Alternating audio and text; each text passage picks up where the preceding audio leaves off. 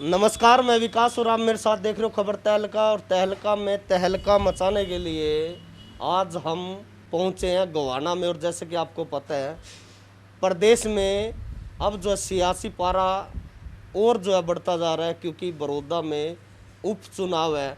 यहाँ से जो विधायक थे श्री कृष्ण हुड्डा, उनके देहांत के बाद अब यहाँ उपचुनाव होना है। ऐसे में जो प्रदेश भर के बीजेपी के लीडर्स हैं वो यहाँ आए दिन पड़ाव डालना शुरू कर चुके हैं। इसी कड़ी में हमारे साथ आज सफीदो हल्के से पूर्व मंडल अध्यक्ष रहे हैं और बीजेपी के वरिष्ठ नेता हैं, और भाजपा से सफीदो से ये टिकट भी मांग रहे थे। उनसे हम बातचीत करेंगे। आज खास हम चर्चा उनसे करने वाले हैं। सबसे पहले तो बलवंत पंचाल जी, आपका हमारे चैनल पर स्वागत है। बहुत बहुत धन्यवाद। हम आज आप हमारा इस खुशी के मौके पर बधाई देने पहुँचे हैं। मैं आपका धन्यवादी हूँ। हमारे माननीय मनोहर लाल जी खट्टर ने कल, जैसा कि आपको मालूम है कि सरपंच पद में पिछड़ा वर्ग का कोई आरक्षण नहीं था, और आला कमान शीर्ष नेतृत्व माननीय मुख्यमंत्री जी और ओम प्रकाश जी धनखड़ का हम धन्यवाद करते हैं कि सरपंच पद के लिए 8% जो अति पिछड़ा वर्ग को आरक्षण दिया है, आज उनका बैकवर्ड समाज अति पिछड़ा वर्ग तय दिल से धन्यवाद करता है और एक खुशी की लहर देखने में मिलती है, उत्सुकता जागी है। और आगे भी जैसा कि एक पिछड़ा वर्ग की सोच है और एक उत्तेजना आई है कि इसी कड़ी में हमारा जो ब्लॉक समिति का चेयरमैन का भी प्रावधान किया जाए, जिला परिषद में भी आरक्षण का पिछड़ा वर्ग अति पिछड़ा वर्ग का प्रावधान किया जाए, ऐसी हम सरकार से उम्मीद करते हैं। कहीं ना कहीं आज तक ये, मैं तो कहूँगा कहीं ना कहीं कार्ड मान लीजिए या फिर बैकवर्ड जो लंबे समय से संघर्ष कर रहे थे, और खासकर आज हरियाणा ही नहीं पूरे देश में बैकवर्ड की वजह से आज बीजेपी सत्ता में लौटी है, मैं कहूँगा। और हरियाणा में तो खासकर लगभग 35% लोग अति पिछड़ा वर्ग से बिलोंग करते हैं, संबंध रखते हैं। और अगर पूरे बैकवर्ड की मैं बात करूँ तो लगभग 52% लोग पिछड़ा वर्ग से हैं। तो ऐसे में क्या लगता है कि जो बड़ौदा चुनाव है, इस पर इसका कोई असर पड़ने वाला है?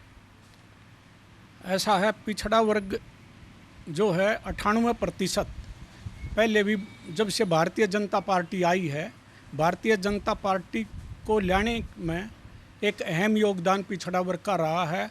और जैसा कि माननीय प्रधानमंत्री जी और माननीय मुख्यमंत्री जी ने हरियाणा में विशेष तौर से जो हमारे पिछड़ा वर्ग के लोग नौकरियों में बिल्कुल पिछड़े हुए थे, ये सोचा करते कि भाई ना तो हमारे पास पैसा और ना हमारी सिफारिश, इस करके बच्चों ने पढ़ना छोड़ दिया था। और जब से माननीय मनोहर लाल जी ने एक मेरिट के हिसाब से नौकरियां दी है, उसमें पिछड़ा वर्ग के बहुत बच्चे पूरा हक प्राप्त कराया है, उससे एक खुशी की लहर है। इससे भी लोग प्रभावित थे। अब तो सोने पर सुहागा होने वाली बात है जो आज 8% सरपंचों में, क्योंकि सरपंचों के चुनाव अगले वर्ष जल्दी होने वाले हैं, तो इस बात का बड़ा बड़ौदा हल्के में असर पड़ेगा। और मैं तो ये कहूँगा कि इसी कड़ी में ब्लॉक समिति के चेयरमैन और जिला परिषद के चेयरमैन भी आरक्षण लागू किया जाए। पंचाल जी, आपने बताया कि 98% लोग जो है बीजेपी में आस्था रखने लगे हैं, लेकिन बीजेपी ने तो हरियाणा में आपको मंत्रिमंडल में भी जगह नहीं दी। मैं पहले भी माननीय प्रधानमंत्री जी को, राष्ट्रपति अमित शाह जी को पहले 3 साल पहले लेटर लिखा था पिछड़ा वर्ग के बारे में, हरियाणा के बारे में आगाह कराने के लिए। जैसे कि हमारे लोगों की इच्छा है कि हमारे को जो प्रतिनिधि मिलना चाहिए वो नहीं मिल पा रहा। हरियाणा में 28% आबादी अति पिछड़ा वर्ग की है और पिछड़ा वर्ग की सीटें बीसी द्वारा उनके बाहुल्य क्षेत्रों से कोटा पूरा कर दिया जाता है, जिससे पिछड़ा वर्ग ए अपने आप को वंचित समझता है और ठगा सा महसूस करता है।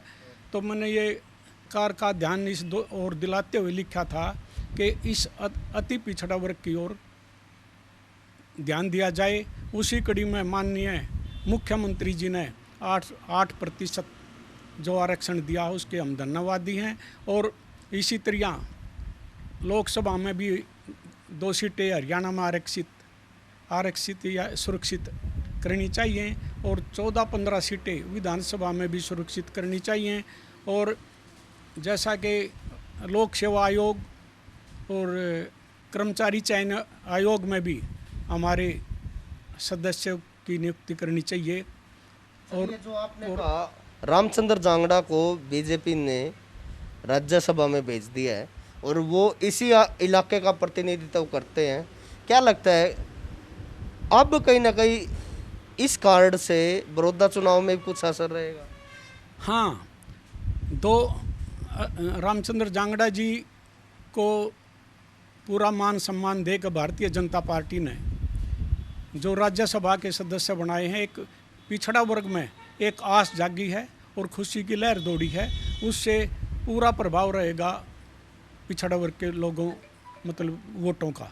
अच्छा, बात करी जाए भूपेंद्र सिंह हुड्डा जो कि आज नेता प्रतिपक्ष हैं, क्या लगता है कि भूपेंद्र हुड्डा बार बार बोलते हैं, जैसे लोकसभा सोनीपत का जब चुनाव था कि एक आंख मेरी सोनीपत है तो दूसरी आंख मेरी रोहतक है।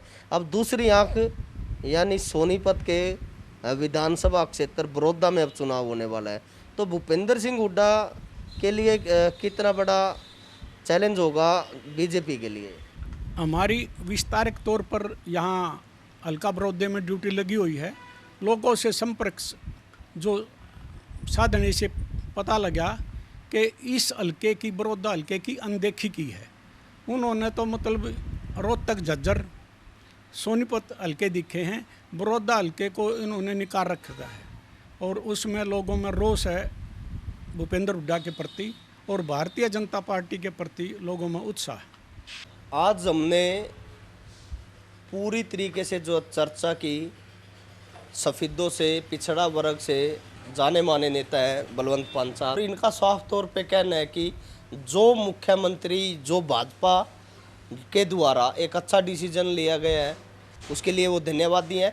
और इसके अलावा एक मांग उनकी है कि जिला परिषद और ब्लॉक समिति में भी उनको आरक्षण दिया जाए ताकि पिछड़ा वर्ग की जो भागीदारी है राजनीति में उसको कहीं ना कहीं बढ़ाया जाए। बहुत बहुत धन्यवाद, आप हमारे साथ जुड़े, बहुत बहुत शुक्रिया। हरियाणा से जुड़ी खबरों की तह तक जाने के लिए सब्सक्राइब करें खबर तहलका, बेल आइकन को प्रेस करें।